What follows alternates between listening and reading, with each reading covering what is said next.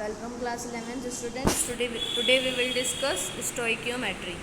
तो इसके लिए आपको केमिकल रिएक्शंस के बारे में पता होना चाहिए। केमिकल रिएक्शंस होती क्या हैं?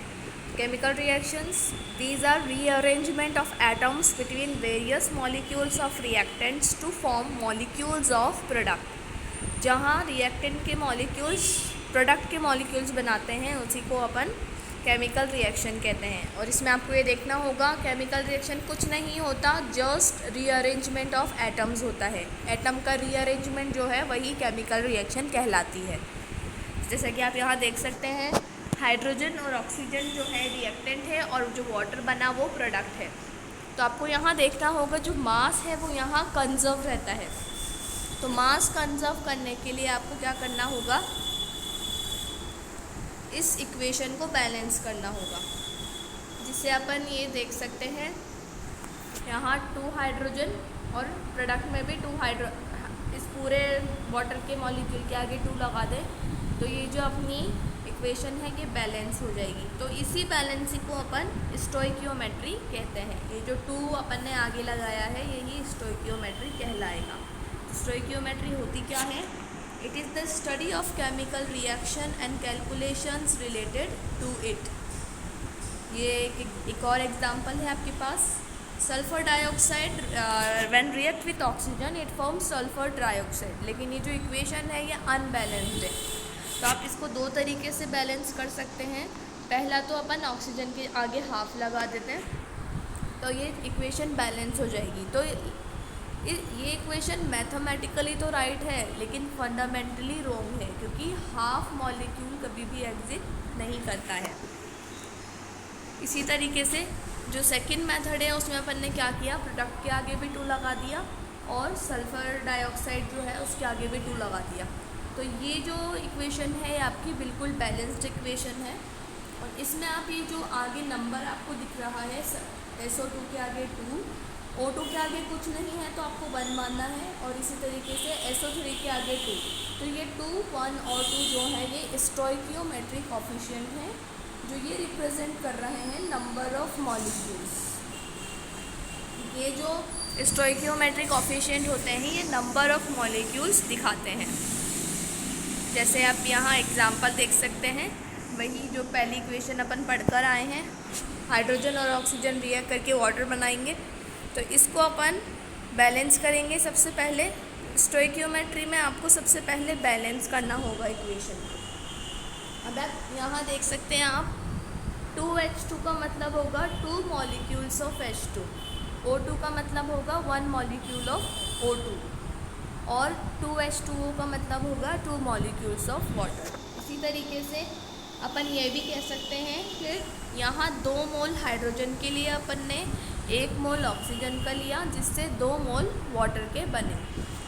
अब बात करते हैं अपन ग्राम की।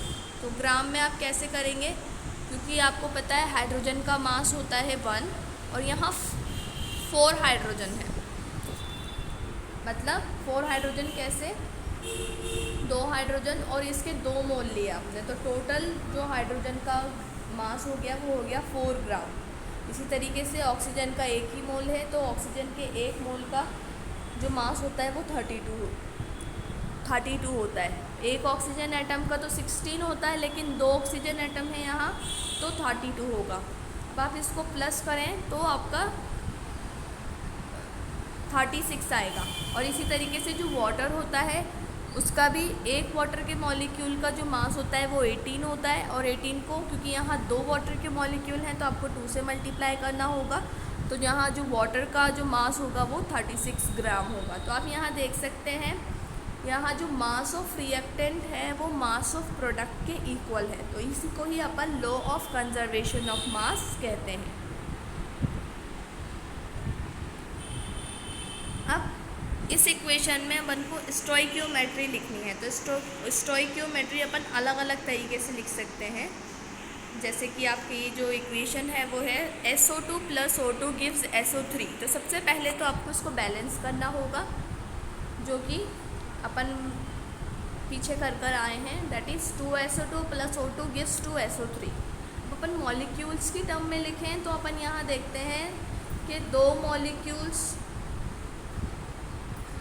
SO2 के 1 मॉलिक्यूल ऑक्सीजन का, 2 मॉलिक्यूल देंगे सल्फ़र ट्राईऑक्साइड के। अगर एटम की बात करें तो अब एटम के लिए आपको अलग अलग लिखना होगा, 2 सल्फ़र के एटम, 4 ऑक्सीजन के एटम। इसी तरीके से ऑक्सीजन SO2 की बात करेंगे तब, जब यहाँ ऑक्सीजन की बात करेंगे तो 2 ऑक्सीजन के एटम, और सल्फ़र ट्राईऑक्साइड में बात करेंगे तो 2 सल्फ़र के एटम और 6 ऑक्सीजन के एटम। AMU में मास की बात करें तो अब आपको यहाँ मास गिवन है, तो SO2 का मास होता है 64, लेकिन यहाँ 2 मोल लिए हैं अपन ने, तो आपको यहाँ क्या करना होगा, 64 मल्टीप्लाइड बाई 2, तो आपका 128 U जो है एटॉमिक मास आ जाएगा। इसी तरीके से ऑक्सीजन का 32 होता है और 1 ही मोल है, तो यहाँ 32 इसका मास होगा। और ये जो आपका सल्फ़र ट्राईऑक्साइड है उसका मॉलिक्यूलर मास 80 होता है, तो आपका यहाँ जो मास होगा वो 80 मल्टीप्लाइड बाई 2, क्योंकि यहाँ 2 SO3 के मॉलिक्यूल्स हैं, इसी वजह से यहाँ 160 U आया। मोल के टर्म में बात करें मॉलिक्यूल्स, तो यहाँ 2 मोल हैं SO2 के, ऑक्सीजन का 1 मोल है, और जो प्रोडक्ट बन रहा है उसके भी 2 मोल बन रहे हैं।